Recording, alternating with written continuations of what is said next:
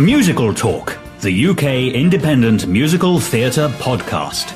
Hello ladies and gentlemen, welcome to episode number 262 of Musical Talk. That will please the OCD sufferers as it's a numeric palindrome. I'm joined here by a voice from whom you've not heard for about 1,000 million years in the podcast. This is TV's Jonathan Cohen. Hello. Hello, and this is a voice from the past. How are you?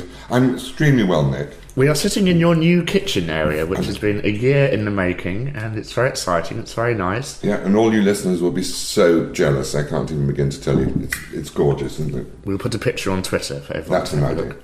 Two things today. You're going to hear an interview with Bertie Carvel, who is about to, well, at the time this goes out, he will be playing Miss Trunchbull at the RSC's production of Matilda at the Cambridge Theatre, which we reviewed last year. We'll be talking about a bit, I'm sure, in the podcast in weeks to come. But for the moment, I want to talk to you about a musical, or is it, called Backbeat, which is opened at the Duke of York's Theatre. Now, I'm here with Jonathan Cohen. Jonathan didn't see the show, but the show we did see together was Jersey Boys.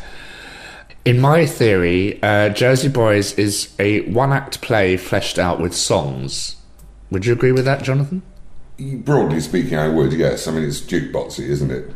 Is that what a jukebox musical is? I don't think it is a jukebox musical, because the songs, you could take them away and still tell the story, couldn't you? You could. It's not as if they... Oh, I see what you mean, yes. It's not as if they met a girl and she walked like a man, you know. Yeah. So in that aspect, I don't think it is a musical at all, really. I mean, there is a bit in Jersey Boys where his daughter's just died and he sings a song which is beautiful, and that's very effective. But it's still a one-act play fleshed out with songs. Yes, I expect you're right, really. Very good songs. Extremely.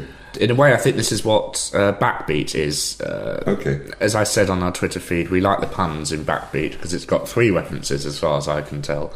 It's a backstory of the Beatles. It's about, is it Pete Sutcliffe? Yeah. The 5th Beatle, as he's known as. Yep. Most people think the Beatles is just Ringo Starr, Paul McCartney, John Lennon and George Harrison, but in the late 50s, well, in the very early 60s, it wasn't. Ringo Starr wasn't in the Beatles, it was another drummer called Best. Pete Best. Pete Best. And of course, when they were in Hamburg, which is where they got all their experience and started to make headlines, really. Which is what the show is all about. Yeah, I'm sure it is. The thing is, I certainly remember the Beatles when they... Beatles were originally a quintet. There were 5 of them. Everyone knows the Beatles songs. Interestingly, that their material has never worked as jukebox musicals. There was a show over here that I saw called John, Paul, George, Ringo and... Bert, I think it was called. I'm not quite sure what the Bert was, but that was sort of about the 5th Beatle at the time. And Barbara Dickson sang all the songs from the orchestra pit, something like that. Maybe it was Pete, I don't remember. But it was a very good show. They had a very good quartet playing the Beatles, and Barbara Dickson sang all the songs from the piano and that. Well, that's interesting, because it sounds quite similar then. So obviously this story has been told, but Backbeat, it's a backstory of the Beatles. Yeah. There's a lyric in one of the songs called Rock and Roll Music, which goes, as a backbeat, you can't lose it. Yeah, that's right. Backbeat actually means the offbeat, doesn't it, in pop music? If you're going 1, 2, 3, 4, it's 1, down, on the offbeat. My father and I actually went to this production, and he absolutely adored it. Mm-hmm. He's not a big musicals fan, so he didn't quite know what to expect, and he certainly didn't get a musical, because it's not a musical. They're not... it's just every time there's a scene change, they had a great rock and roll number. The band were absolutely out of this world, and by that I mean the actor musicians. And the sound was phenomenal, but sadly it was quite a quiet evening. It was a Tuesday night we went, and I don't know, there were quite a couple of holes in the stalls, right? And at a show like that, I find it quite uncomfortable sitting in a theatre that isn't, rocking and rolling. Yeah, because you're supposed to be sort of getting up on your feet. Yeah, which you do at the end. Yeah, but it obviously wasn't. And they did, I'm assuming. I mean, the stalls were quite full, but it wasn't... I mean, it's quite the Duke of York's Theatre where it's playing is quite a small theatre anyway. Yeah. I just felt a bit sort of self-conscious, perhaps, the fact that, the cast are working so hard. And this wasn't a preview, it was a preview. No, it's really open. And it's a full... Oh, interesting. But I guess a Tuesday night in October isn't really the kind of I don't know. Tuesday night's never a great night for the theatre, I don't think, over here. But then, of course, it is a Glasgow Citizens production, isn't it? And they're famous, aren't they, for putting on really interesting new stuff. It was a real front runner. I mean, people would travel from miles around to go out to the Glasgow Cits. But then, God, this is embarrassing. I can't remember the guy whose company it was. He did Travels with My Aunt. He was absolutely wonderful. This is terrible. I can't remember. He's so famous. When he left, I think Glasgow Cits lost something of its sort of innovatory feel, really. Very interesting design for this show. Again, it was very similar to Jersey Boys. It was projections, quite a stale industrial set with kind of cabins at the back. The back part of the stage would open up and the band would come forward, and it would double as a recording studio, and there was an upper level where things would happen. It works incredibly well. It's a very, very enjoyable story, but it's not a musical. But it could be. I mean, it's this kind of, is it a play with songs? Is it a jukebox back catalogue show? There is a film of Backbeat, of course, which my dad knew, and the book for this play is written by the same chap who wrote and directed the film. And my dad said it was vastly superior to the film, which is good. Cause I don't remember there being a film, but it was 1994, so it's quite a newish film. And what's great about it is the cast is very young. They're very, they're all fresh out of various colleges, Central, Arts Ed, and all the rest of them. Rose Bruford. I mean, I'm assuming that it takes us through from the Germany, the Hamburg times, does it? This is a bit I loved, where they're sitting down, Paul and John, writing the song we now know as Love, Love Me Do, but originally he was just singing, Love Me Do, Love Me Do, and then Paul said, accent the love, because love is all about sex, so love, love me do. And then at the end, urge it, please love me do, as in please have sex with me. Then he played the songs that we know, so that was very interesting, but that was at the very end of the play. This is just about Stuart Sutcliffe's rather sad life. He's an artist in Liverpool, he's a good friend of John Lennon's, and he teaches him to play the bass, even though he can only play in A, because that means he only has to press about 2 strings. All the songs with A major to begin with, all the rock and roll covers that they did, because he died of a brain aneurysm, didn't he? Yes, I think he did, yes. And that's very moving on stage. So it's a very strong play, but don't go expecting the songs to move the plot forward, because the songs stop the plot. Right, and they just sing them. And they just sing, they'll do a sort of...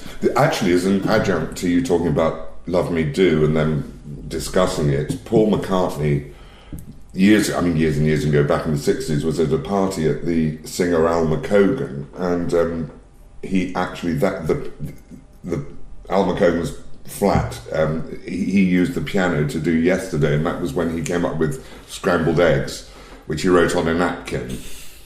Because it was just anything to try and fit the tune at the time. What do you think of the music of the Beatles? I mean, their first album had a couple of Tamla Motown numbers on it, so they were really very, very influenced by Tamla Motown. There's a lot of people were in those days, not that we knew much. The general public didn't know much about Tamla Motown. Certainly anybody who was in the business did know. Things like Money, which was, I think, the Temptations, or one of those, the Miracles, or something like that. And even Twist and Shout wasn't theirs, but it became a huge hit, of course. What do I think of the music? I think, like most people, I think you would say that they changed the face of pop music in many ways. I mean, interesting harmonies, interesting vocal harmonies as well. And, of course, they got better and better, didn't they? Or certainly more inventive as they went on. And that's what you certainly get in this show. You certainly get the progression from a couple of Liverpool lads with teddy boy haircuts and leather jackets till eventually they become the iconic image of the Beatles with those wonderful sort of collarless shirts, which the play in essence is about the relationship between Stuart Sutcliffe and Astrid Kircher, who was this woman that Stuart Sutcliffe was madly in love with. And Astrid Kircher is a famous photographer who took very early photos of the Beatles. Absolutely. And the play alludes to the fact that she designed the costumes. Oh, okay. That the Beatles wore. Well, those shiny those black, those grey suits with no collars. And she said, why don't you put the hair like that? Which, of course, I mean, can you believe it? I mean, people are up in arms about that. Certainly parents were, because they just thought they looked a mess. And, of course, now it just looks so ordinary, it just isn't true. So it just shows... They looked like girls, didn't they? I mean, that was... A little bit. But when they shook their heads, you know, all the hair bounced around. The chap playing Paul McCartney does that, and he's standing, you know, playing the guitar the wrong way round, I must say. They allude to that in the programme. We apologise that Paul McCartney in his production is not left-handed. Right. But who would know? I mean, you know, I notice. And avid Beatles fans certainly would, and they'd be up in arms about that. But he shook his head around, and it's nice because it didn't seem like a tribute show because it wasn't the Beatles we knew. It was this kind of, it was the very, very, it's the early Beatles. Ones, yeah. And I think this goes, I mean, the play starts in 1960 and goes all the way to 1963. I mean, my younger sister remembers going to see the Beatles, and it must have been about 1962 or 63 at the Hammersmith, it was then the Hammersmith Odeon. And of course they were all screaming and nobody could hear a single thing they did. But I mean, they all went absolutely mental. I mean, they were so big, it's impossible to think. I don't think any other group's been as big as that. And they sustained it. That was the amazing thing. And this, you know, the transient went to pop music. Until Yoko Ono appeared and everything went slightly pear-shaped. Well, except that John Lennon did keep writing songs. Shame it was imagined. But what's great about this show is not audience participation, but they use the space very well. There's lots of people coming into the audience and urging us to get up and dance, which did work on a Tuesday night. But it's just the band. These act musicians were so brilliant. I think it's some of the best, and I haven't seen Million Dollar Quartet, so I don't know what they're like, but you have. But they were brilliant, absolutely. Just the standard is so high. Yeah. I mean, I don't know where they get them from quite. Have I interested you in seeing this production at all? I think so, yeah. I think so. I mean, there was a point when I just thought, oh, do I really have to listen to any more things about the Beatles? But I think, yeah, probably. I mean, the musicianship's so good, it certainly sounds worth going. I think it's a hard sell because it doesn't scream Beatles. No, what was the age range of the audience that you noticed? I was probably the youngest person there. That's quite likely. And I'm not a spring chicken myself. The cast were incredibly young because they're playing, you know, of course, they're in the youth, yeah. And interestingly, I think it was George Harrison they got thrown out of Germany because George Harrison at the time was only 16. Oh, when they were playing in Hamburg. So it certainly opens your eyes and makes you realise what a troubled pre-existence the Beatles had. Oh yes, I mean, nothing's ever quite that simple, is it? I mean, all we saw in the early days was them suddenly being there. Getting off that plane in the States. And all that stuff. Even before then, you know, they were everywhere. I mean, every newspaper was you know, they were headline news all the time.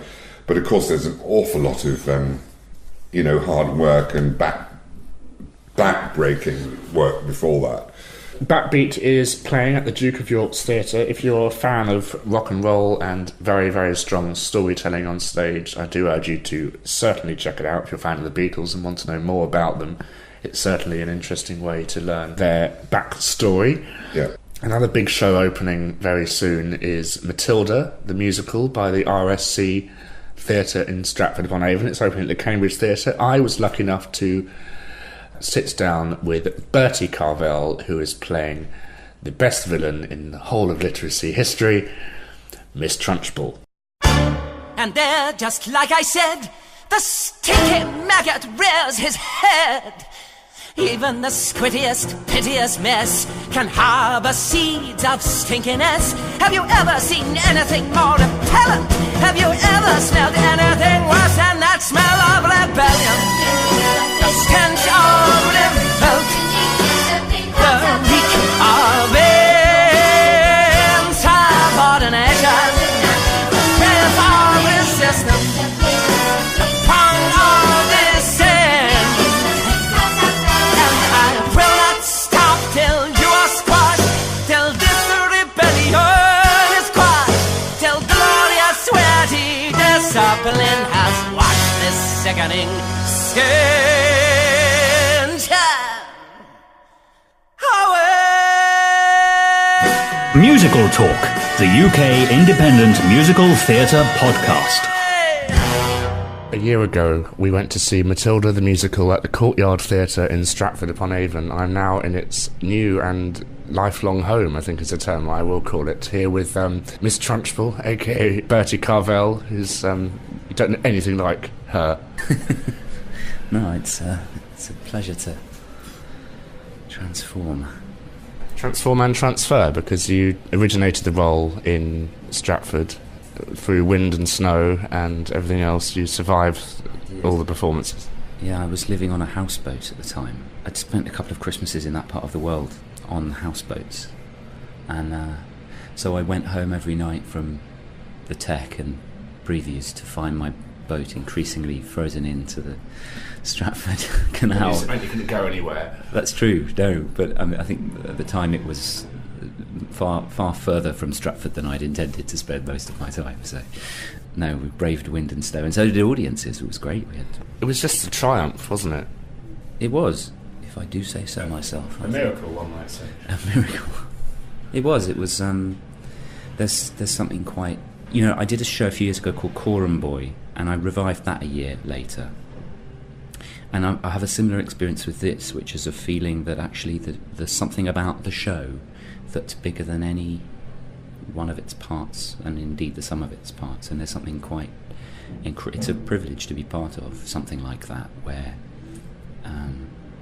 you just... I don't want to jinx it, because we haven't started our previews yet, but there's something kind of special in the matrix of things that make it up that makes it very, very exciting to be kind of along for the ride, you know. It's nominated for awards already. It is. Won some awards last year, didn't it? I think so. I think it won... You're nominated for awards. Congratulations. I am, thank you. I think it won the Critics' Circle Award, is that right? No, which is lovely. I mean, it's great to be recognised in that way. And they're completely tearing this theatre apart, aren't they? As we speak, they've done a fantastic... I'm not going to give it away, I wouldn't spoil any surprises, but the through design of the building, as you know from seeing the show in Stratford, the design of the show that Rob Howell's done, it kind of explodes out of the stage and into the auditorium, and beyond. And he's gone even further. Yeah, so and I'm just seeing those little touches. In fact, I don't spend very much time front of house because obviously I'm rehearsing. But I wandered in from front of house this morning and just seeing what they're doing there. And I mean, it's fantastic. I've seen the blackboard. Right. Okay.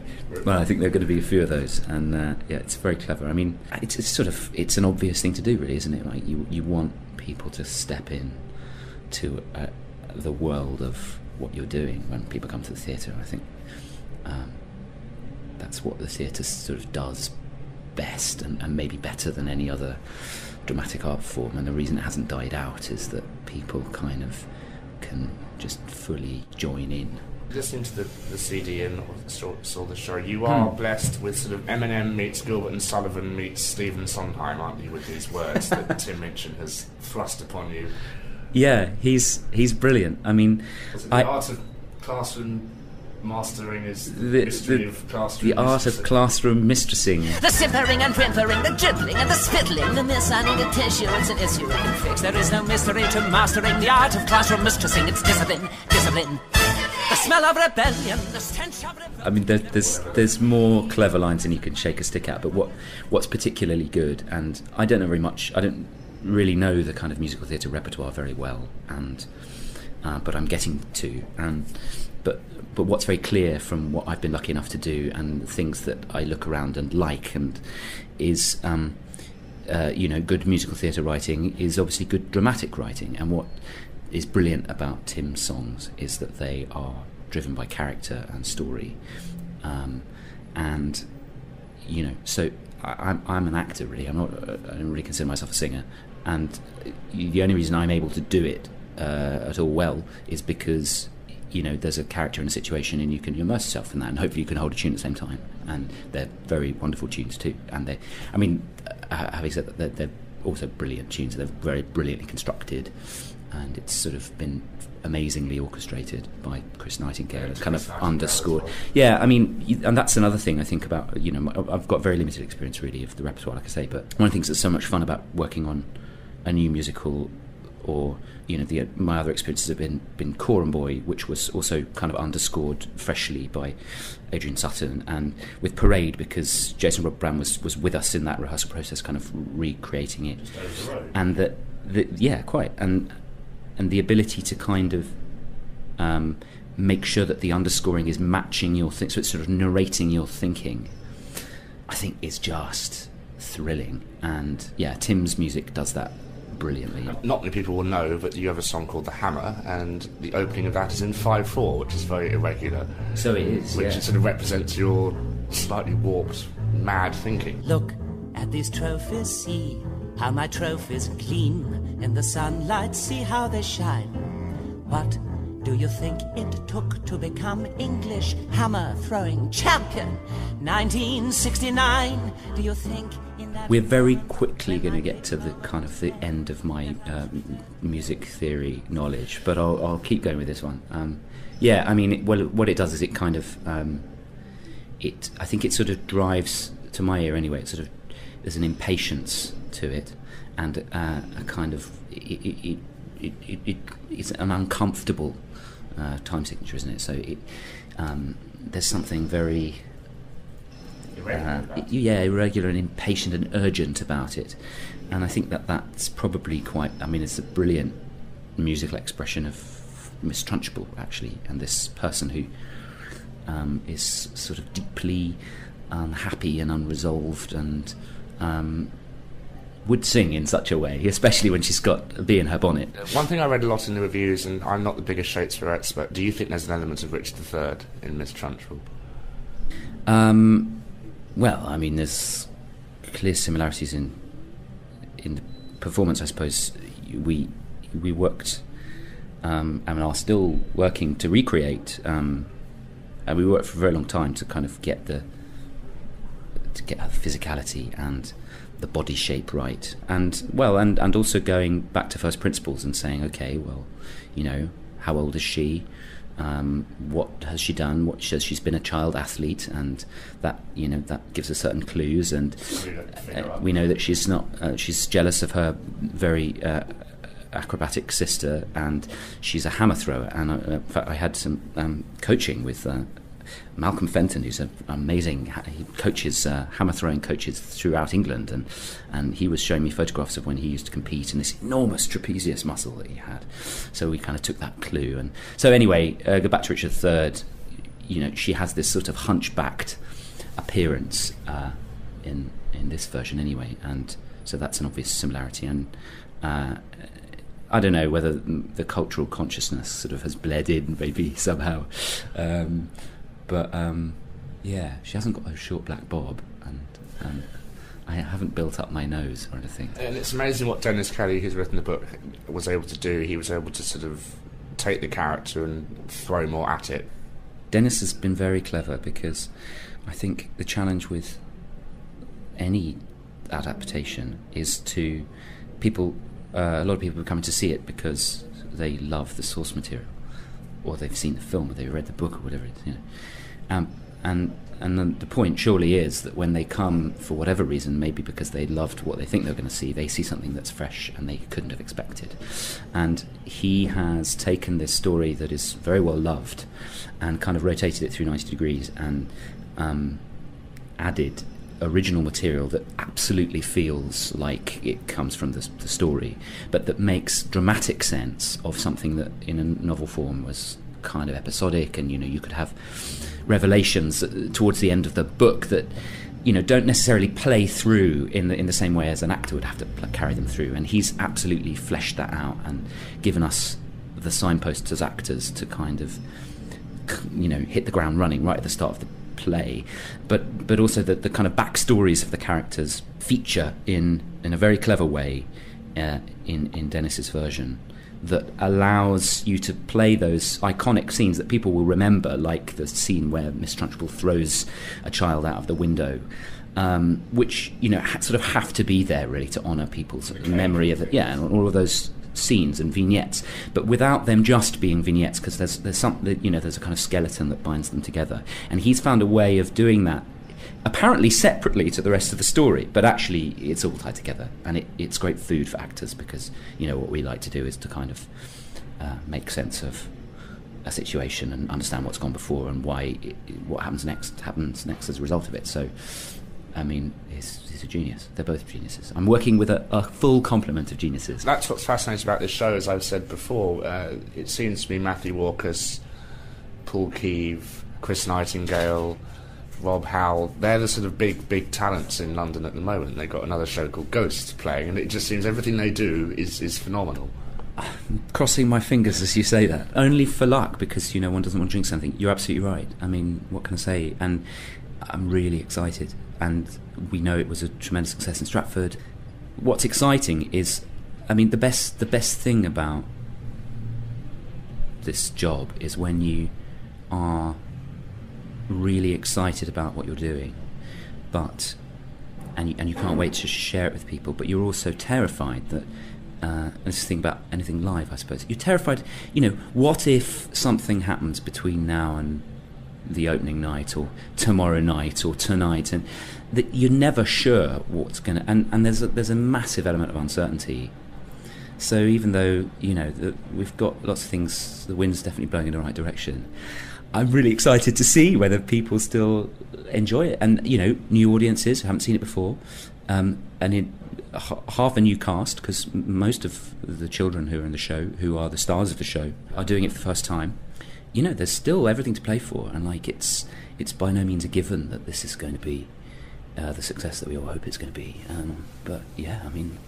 But like you, I can feel that aroma around this show. Can you feel an aroma? No, an aura is the term I mean. I can feel the aura that is surrounding this show, and I just think, in my lifetime, it's the first Roald Dahl musical there's ever been on stage. It is a great story about kids winning. And it's a great thing to introduce children to introduce the theatre to young kids. You know, for many it will be their first theatrical experience, and they'll get bitten by the bug. I don't know what anyone's expecting seeing a bunch of kids on stage. And again, I'll cross my fingers because I don't want to jinx this, but I think part of the magic is that they're not sort of all singing well, they are all singing all dancing kids, but they're not. Yeah, there's a sort of guilelessness about, you know, a truthfulness and innocence about the way the kids perform, which is just delightful, and is, you know, it's what you pay to see great actors do, actually, which is to sort of not act. Apparently, you know, they're apparently just being themselves in that situation, and you can't see the joins between. And when it really works like that, you know, and you're seeing. I mean, that's what great acting is, isn't it? You can't see the joins. You might as well be seeing that actor on his night off. And you don't know. I mean, you don't know unless you listen to the podcast with them in the dressing room what they're really like in real life. And you're just apparently seeing something. And there's a sort of charm about it, because we've got real kids who don't have, you know, there's a sort of. I mean this in a positive way, a kind of lack of sophistication about what they're doing. They're not sort of trying to present something to you. They're just doing it. And they're living in their imaginations, and it's absolutely joyous to be part of, and to share the stage with them, you know. In a way, the greatest compliment to you would be for you to just walk outside the stage door and no one come up to you, because you play such a different character, that people won't recognise you in your natural absolutely form. And yes, I've enjoyed that pleasure many a time. For those who haven't seen Matilda, it is a fabulous production, and I wish it all the best of luck at the Cambridge Theatre in London. You have had a couple of issues. It has delayed its opening, but once this goes up, it will be ready to go. It will be rocking and rolling, and all the best of luck with the previews and opening night and the Olivier's and all the stuff that will probably Royal Variety performance as well that will follow, and things we hope. We'll see. We'll concentrate on delighting our audiences first, yeah. But nobody else is gonna turn it right for me. Nobody but me is gonna change my story. Sometimes you have to be a little bit Maggots. naughty. Bertie Carvel there, Jonathan Cohen, thank you very much for contributing something to Musical Talk. It's a pleasure. Yes, I actually contributed something this time. Precisely something. Yes, we'll have you on again soon, because you're quite useful. And thank you very much for listening, and we'll see you next week. Goodbye. Bye. This episode of Musical Talk was presented by Nick Hudson and Jonathan Cohen, and edited by Nick Hudson. Copyright 2011, except with the songs where the copyright persists with the original creators. We've got London's best diggers outside. I was trying to find somewhere quiet to think this morning, and it's absolutely impossible wherever you go in Covent Garden.